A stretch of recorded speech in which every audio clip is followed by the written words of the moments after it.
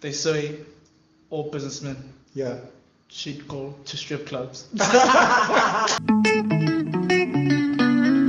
Welcome to Figuring It Out by Studio40.co. Africa's fastest growing online entrepreneurship show, figuring out issues on business growth, online technology, and the life around it.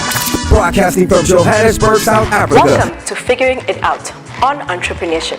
All about entrepreneurs trying to figure out business growth issues and going into the jungle to hunt down their favorite game, the client. The show is for businessmen and entrepreneurs swimming in the murky waters of elusive tenders, late-paying clients, no-paying clients, pointless meetings, job-hopping employees, and perfectly uncaring government officials, and the eventual proof of payment. Coming to you from Johannesburg, South Africa, we try to stay as relatable as possible to our local audience and the globe at large.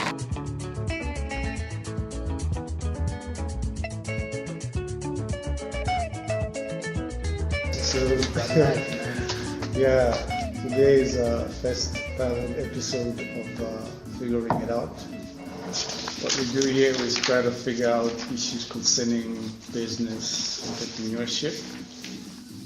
We try to talk about all these issues that concern us as entrepreneurs, try to figure out how to, get it through this murky, interesting world of entrepreneurship, which is always an issue, which is never really easy to sort out. So we're going to be looking at some myths, business myths, entrepreneurship myths, and some what I would like to call the rule of thumb. Like the rule of thumb is like you must wear a tie every time you go to a meeting with a certain company's CEO, otherwise you're gonna. Yeah. Or your presentation must have minimum of 12 slides. If it's anything less, it's not going to work. I just mentioned one of the few here. There's one that is very popular within the entrepreneurship circles, which is I probably hear because I have a gripe with it. Sometimes I agree with it, sometimes I don't. Right. It says you must have a USP to make it in business. That means you must have a unique selling point, and you must have it nicely drafted and articulated. Sure, that's controversial. Yeah, it is controversial. So is this one of your rule of thumb that you're not happy with? Do you agree with I got a nice one as well. Okay, let's hear those. the USP thing? Do you want to do it? No, I got also a rule of thumb. I think it should have been added there. Okay. Should I What say you it? had a gripe with? Mm-hmm. Okay, yeah, let's hear it. They say all businessmen Yeah. should go to strip clubs. That's we subscribe to that. I'm a supporter of that. Okay. You are not a real businessman if you Yeah. have not gone to strip clubs. Wow. Okay. Work-life balance, man. You have to balance Balance the it. things. Yeah. Okay. You can't be all business, man. Okay. It's gonna cloud your judgment. Yeah. No, You gotta have a balance in life. I hear you. And you have to support the economy. Yeah. Those are the entrepreneurs in their own The right. less, Independent the less contractors. privilege. Yes. Independent contractors in a modern day economy. Okay. I will reserve my comment on that. And whoever says they don't pay tax, it's a lie. Because every good they buy has VAT. So Is it? they contribute. Because Are they VAT registered? No. But everything they purchase everything you purchase has VAT. has VAT. Yeah. Okay. If she climbs a taxi to get to work, like she's paid her taxi fare, and that guy pays petrol. Okay. The fuel levy is taxed. Everything is. But we don't know if they pay personal tax. Yeah, So because it's may not be paid PAYE, but That's just a different story. Yeah. may But not be I PAYE. thought that would be interesting to put it there, you know. Okay, I'm just thinking. May not be personal There's tax. a very They contribute to the economy as well. okay. This practitioner of the night This is not the exotic going over to to SARS and saying I'm here to register my personal services. It's a catch-22 because, you know, do they recognize those things as professions? Yeah, I'm certainly one to argue that they should be recognized. Okay. Bring Yeah. happiness. yeah. Like I said, hey. So yeah, you were unsatisfied with your USP. Yeah. Well, because I think I know a lot of entrepreneurs who never even heard of the USP. Well, you know, written or articulated as USP, or actually told that you must have a USP at some point. And they started businesses, you know, taxi business, you know, 1 taxi, 2 taxi, and they grow from there. They don't even have a clue what a USP is, but Yeah. you know those guys at the you know, those Somali traders. Yeah. I understand But they I might think- have a I USP think- that they're not even aware of, but But I guess the whole rule of thumb should have been put in a way that it must always be said in a contextual kind of setting, in the sense that you know, USP would be, or in my personal view, USP is more of a, you know, a communication tool. So in the sense, if you're communicating to per se, for an example, external people, you know, in terms of communicating. Let's say, for example, you're talking to an investment community, you're talking to, you know, It's a particular kind of shareholders. marketing you're doing. You know what I mean? If you are doing like you're saying, you know, a marketing message, you might particularly want to be able to clearly define it. But yeah, so for I see it more from a communication perspective. But I do agree that it does not necessarily need to be true that, you know, you must always succeed, because sometimes if you've built a great product, its USP just it'll just speak for it just manifests on its own, you know, and people start spreading the word and saying this, oh my goodness, there's no product like this out there, and it just virally grows without even the founder themselves being able to, you know, clearly being able to articulate this is our USP as X, Y, and Z, you know. So my perspective is twofold. So it's to agree fully in terms of like you may not always like articulate it, you know, as clearly as you'd want to, but the product or service that you're delivering, like, it speaks for itself in terms of the end user, but as well, and definitely the context matters.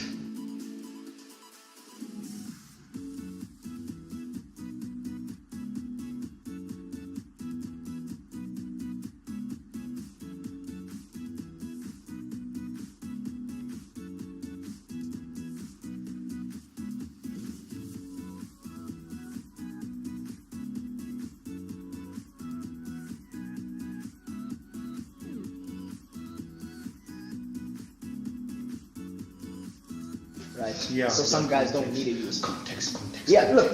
I knew a guy like when I used to take taxis in high school to get to school. I used to wake up really early because I had to play golf with the headmaster. I mean, I was at school by 5:30. Yeah. You know what I mean? And winter's like bitterly cold. At school. You know what I mean? There was one taxi driver in the whole of Sprainview that could take me to Eastgate. Yeah. That's his And you knew. That's his USP, Yeah, right? He's knew the that. first one under, like, he's there, Yeah. 5 a.m. sharp, ready to take people to work, ready to, like, the likes of me to go there. Yeah. That's his USP, but he doesn't necessarily doesn't know that. know. So the product Yeah. speaks for itself, right? But as well, like, let's not discount the fact that sometimes it's a process to get there. Yeah. Even when you're conscious of it, it's not necessarily clear. It's a process, and I think we sort of agreed there that it's not always you're not always aware of. I think I had a problem with the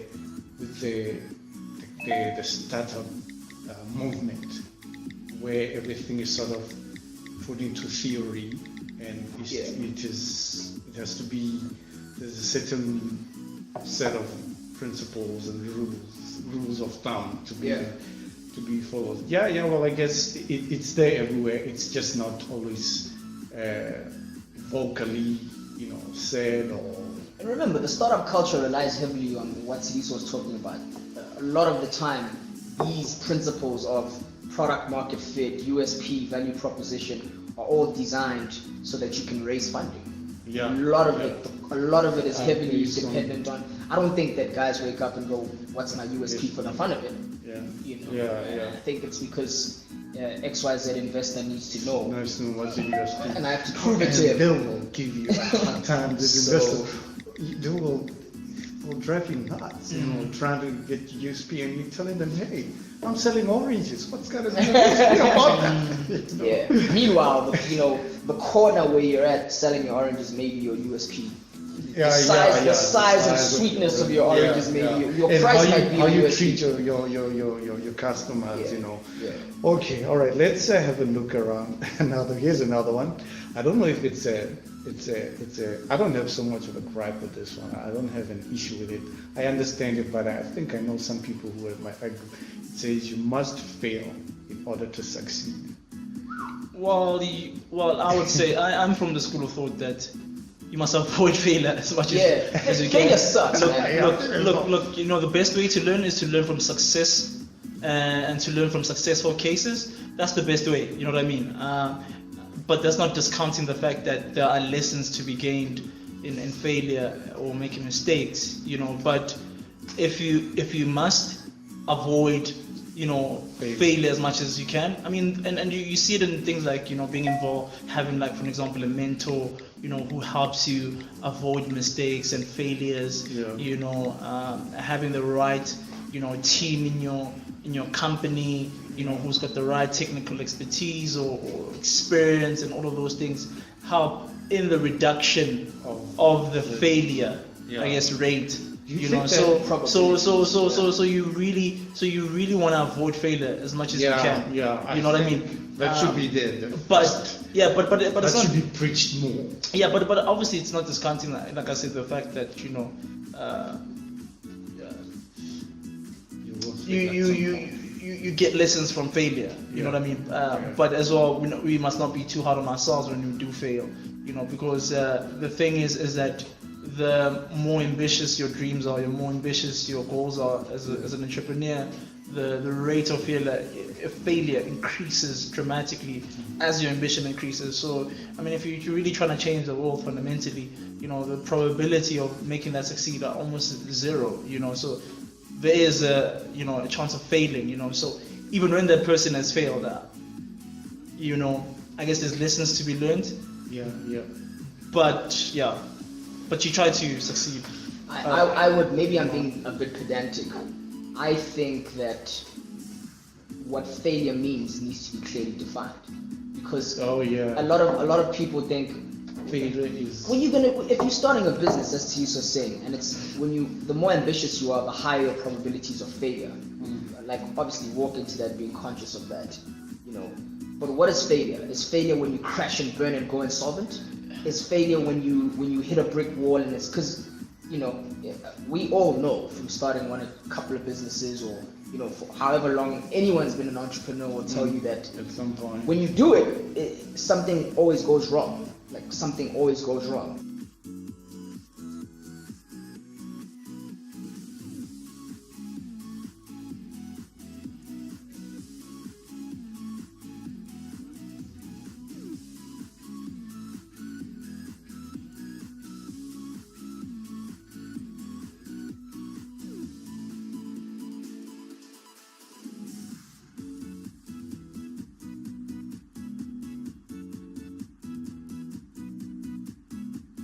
So, what's failure? Is failure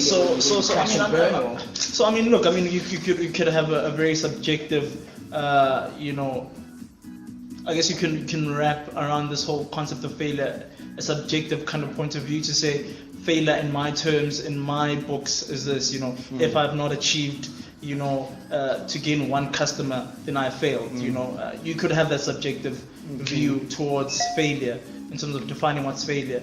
But I guess in business, the one thing that I think makes business, I guess, not easy to do, but that makes the market efficient, in the sense that you could say there are standard, I guess, rules that could be applied to what we could define, failure as, in the sense that if a company fails to achieve for example, X set of of targets that have been targets, set they have. by the management, by the shareholders, or perhaps, I mean, there's nothing that speaks louder than, sometimes, profitable, your data, maybe for an example, could be, I guess, you're losing adoption from your users, from your customers, you could have all these sets of small little of measurements that you could use that are very standard across board in terms to say, from a general perspective, you could say, if I've been in business and I've been losing money for so long and I've been losing clients for so long, you could consider it from a very blanket perspective that, we have failed. We failed. But I'm saying, that's what I'm saying. But you could also, from you internally, you could apply it differently. Because even if I've not achieved my profits, I've not achieved the user base I wanted in terms of customers, but I've gone farther than I've ever thought I could go. I mean, for me, it's like, wow. That's really where my perspective comes from. Is for me, perhaps again, it goes to the personal perspective. For me, is if you hit a couple of obstacles that could be fatal to whether or not you can wake up and trade another day, like, is that really failure? Or is failure, so if the data tells me that I haven't met my profit targets, I haven't engaged the number of users I thought I would engage, I haven't raised funding if that's important, can you wake up and trade another day? Even if that means, you'll know the world famous story of Intel having to lay off 80% of its staff. Right? They could have easily said, this is our cost structure, these are our overheads, this is our income, expenses are higher than income, and we failed. So but they said, just put this thing. But they said, here's potential failure. If we continue this way, we won't survive. So let's make some drastic changes. So it's all relative, but definitely, if they having continued the way they continued, it would definitely be absolute failure. Absolute failure. Some businesses crash and burn, where it's literally like it's over. Enron, it's over. It's a failure. So they didn't put down measures. They're too busy, juggling every possible cent of that. I understand. What I can categorically agree with is you have to make mistakes to succeed in business. That I can categorically agree with. Because if you must fail to succeed, I don't know about that. If you don't make mistakes, it means you're not really you're not trying anything. You're just sitting. And I think, I'm not completely disputing this. I'm just very cautious in preaching. Yeah, definitely. Figure, because I think it's Warren Buffett who said that the first rule of money of investment is don't lose money. Don't ever lose money. The second rule is don't ever forget number one. Rule number one. And I'm sure he has lost lots of money here and there, and you wanna just introduce that last one there. These are controversial points. The last point there. What? Work smart, not hard. Yeah. Well, I tend to disagree. Work smart. Yeah, work smart, not hard. not hard. I tend to disagree. I think it's an element of both. You need to work hard and smart. And smart, Depending, I guess it also depends on the level of, I guess, the work and the challenge and the problems that you have to solve. The bigger the challenge, it might require, a lot of work initially to solve it. If nobody has solved it in the beginning, it requires a lot of work. But obviously, being smart means going your methodology to solving your problem is